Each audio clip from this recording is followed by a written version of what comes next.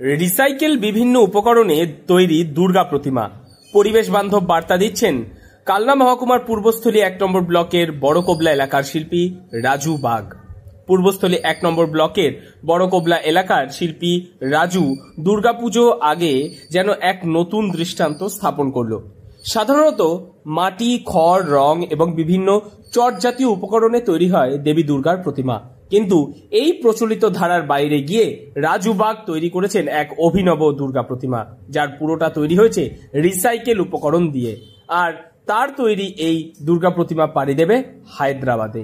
কাজ শেখা কিভাবে? এই কাজ শেখা হচ্ছে আমাদের আমাদের মানে গ্রামের রাজুদা আমরা দেখতাম যে এইসব কাজ টাজ করতো, আমরা এসে দেখতাম। তারপরে একদিন আমাদের বললো যে এইসব কাজ করবি, আর আমরা আস্তে আস্তে এইসব কাজ করলাম। তারপরে এইসব দিকে ভাঙাচোরা জিনিস দিয়ে যে দুর্গা প্রতিমা তৈরি হচ্ছিল, তার সেইগুলো দেখে আমাদের একটা আগ্রহ হলো। তারপর থেকে এই কাজটা আমাদের এখান থেকে শুরু হয়েছে। তবে এই দুর্গা প্রতিমার হাইট 2 ফুট। হায়দ্রাবাদে বসবাসকারী এক মহিলা সোশ্যাল মিডিয়াতে রাজুর কাজ দেখে তাকে এই দুর্গা প্রতিমার অর্ডার দেন। সেই মতোই গত 2 সপ্তাহ ধরে কাজ চালিয়ে যাচ্ছে রাজু ও তার সহযোগীরা। তবে রাজুর এই কাজ প্রথম নয়, এর আগেও বিভিন্ন ফেলে দেওয়া উপকরণ দিয়ে বড় দুর্গা, বড় সরস্বতী বানিয়েছে সে।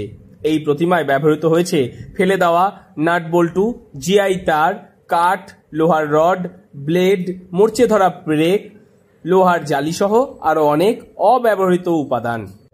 এবছর আমরা দুর্গা বানিয়েছি, দুর্গা ফ্যামিলি একটা বানিয়েছি, মা দুর্গা, লক্ষ্মী, সরস্বতী, গণেশ, হ্যাঁ, এগুলো বানিয়েছি আমরা রিসাইকেল স্ক্র্যাপ মেটাল থেকে বানিয়েছি।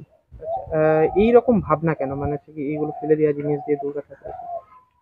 ফেলে দেওয়া জিনিসগুলো তো আমরা তো একটা অতটা ওর মূল্য অতটা নেই, আর ওই বিভিন্ন রকমের যে পার্টসেরও একটা ক্যারেক্টার থাকে, সেই ক্যারেক্টারগুলোকে একটা আর্ট ভ্যালু দিয়ে একটা মায়ের রূপ দেওয়ার চেষ্টা করেছি, মা দুর্গা প্রতিমার রূপ দেওয়ার চেষ্টা করেছি। তো সেটাই, জাস্ট আর্টিস্টিক হওয়ার জন্য আমি এটা করেছি। শিল্পীর সৃজনশীলতায় এইসব জঞ্জাল যেন নতুন প্রাণ পেয়েছে।